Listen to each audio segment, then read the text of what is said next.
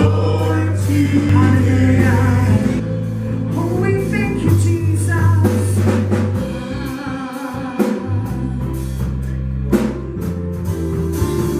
Lord, you are good and your mercy endureth forever. Lord, you are good and your mercy endureth forever. Lord, you are good. Lord, you are good and your mercy endureth forever.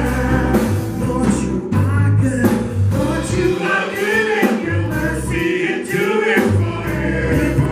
Every nation, people from every nation and time, from generation to generation, we worship you.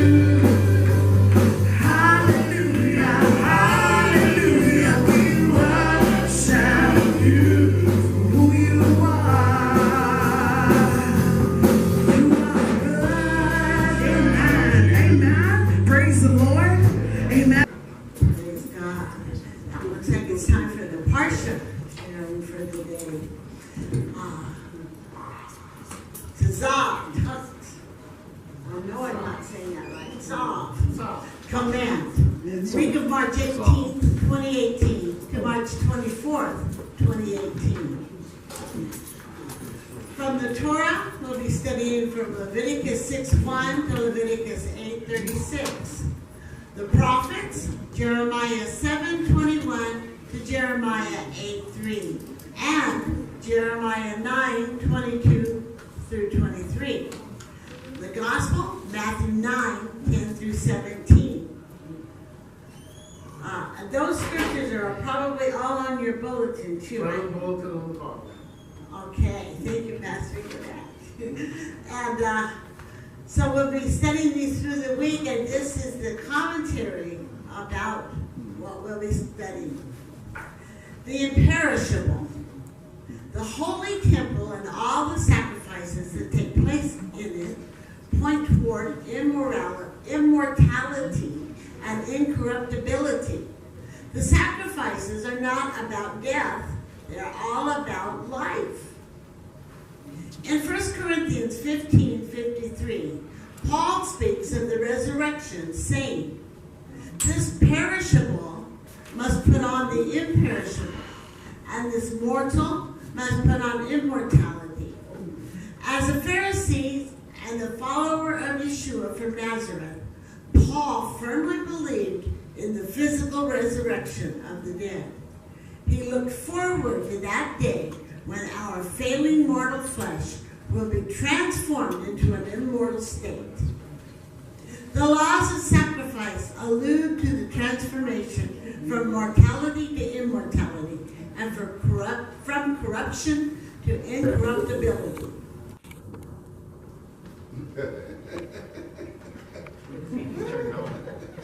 Is it on? That's all right. Start over, Papa. Stick it in the pocket. Start over. Thank you, Jesus. All right. It's our new toy. Praise God. Praise God. Praise God. Hallelujah. Thank you, Jesus. Thank you, Lord. You know what you're doing, Pastor? Stick it in the pocket. All right. That way it'll stay in place. Thank you, Lord. I don't either. I know it's 15, 16, and I'm Lord. Because we always, in the evening There time, it is. There we go. we fix our dinner. We call it dinner. And it's supper. And so he's preparing his last supper. But we don't realize what date or what hour he may go. So, Pastor, if you want to, you can start. Mark 14:12. On the first day of unleavened bread, when they killed the Passover lamb, his disciples said unto him, Where wilt thou that we go and prepare that thou mayest eat the Passover? All right? Mark Mark 14:13. And he sendeth forth 2 of his disciples, and saith unto them, Go ye into the city, and there you shall meet a man bearing a pitcher of water. Follow him. And wheresoever he shall go in, say ye to the good man of the house, The master saith, Where is the guest chamber, where I shall eat the Passover with my disciples? Praise the Lord. And he will show you a large upper room, furnished and prepared. There make ready for us. And his disciples went forth and came into the city, and found as he had said unto them, and they made ready the Passover. All right. And in the evening he cometh with the 12.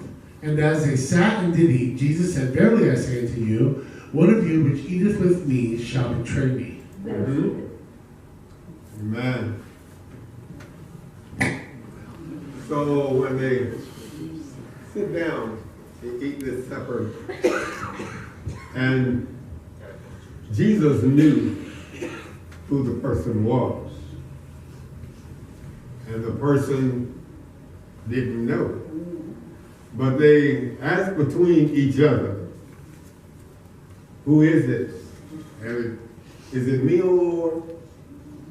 The answer was no. So we as people and the children of God, we try to prepare our supper.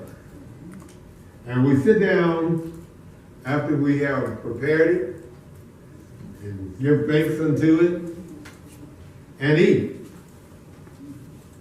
But we don't know when we do that, when we lay down and go to sleep, whether we're going to wake up or not.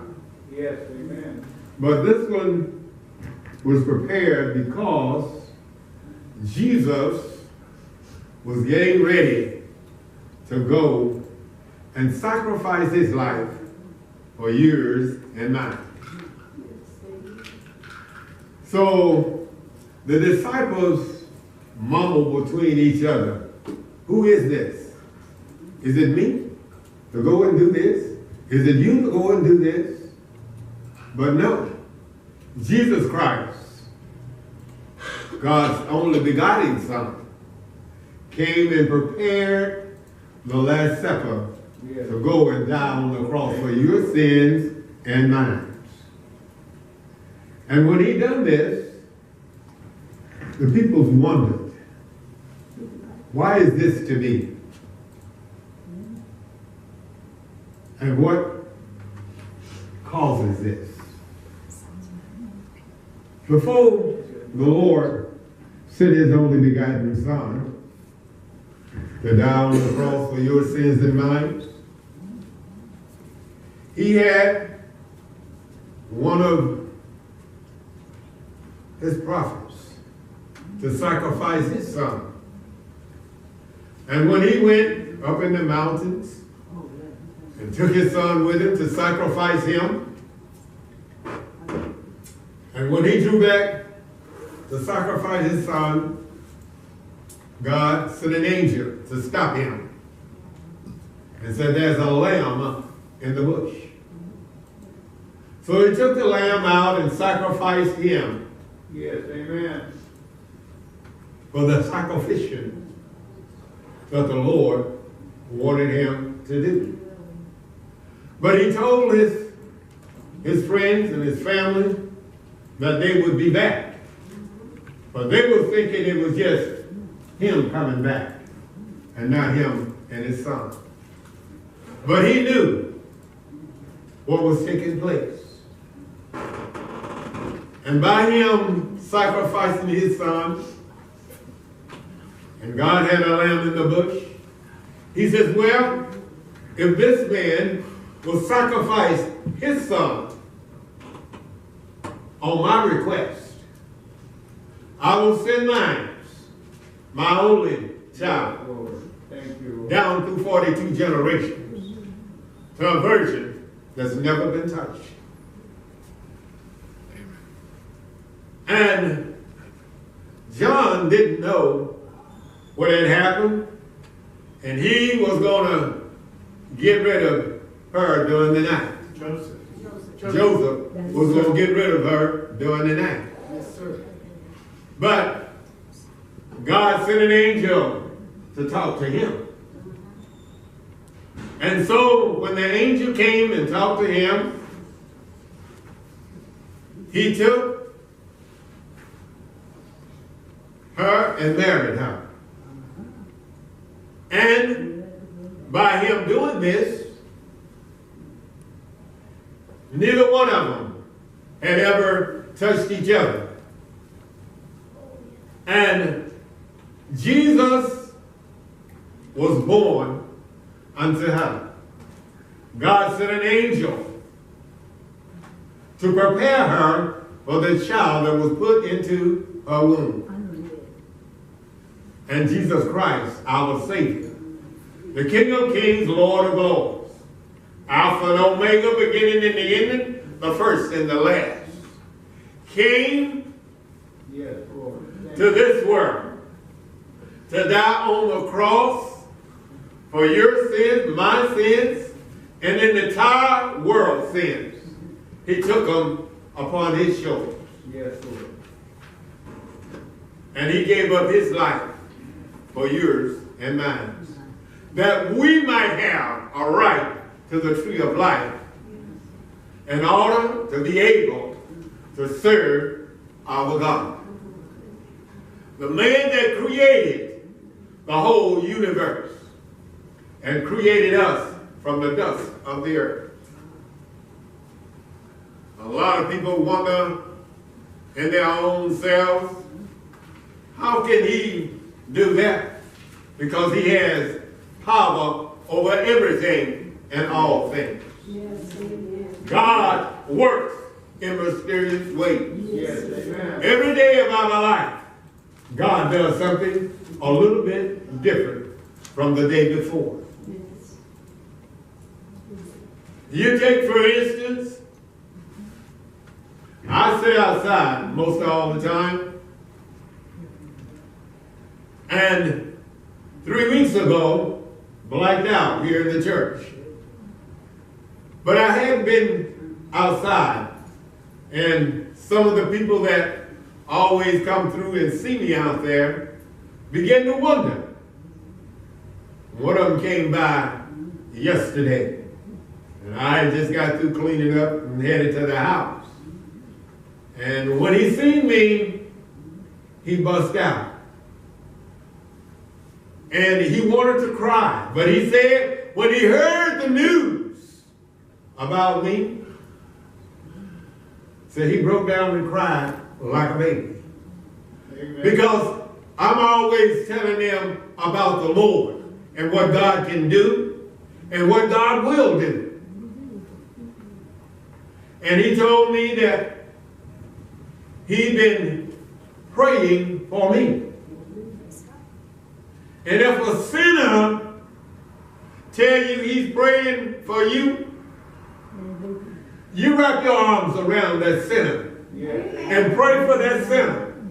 Because that sinner somehow or another believes that God can do things that he or she cannot do.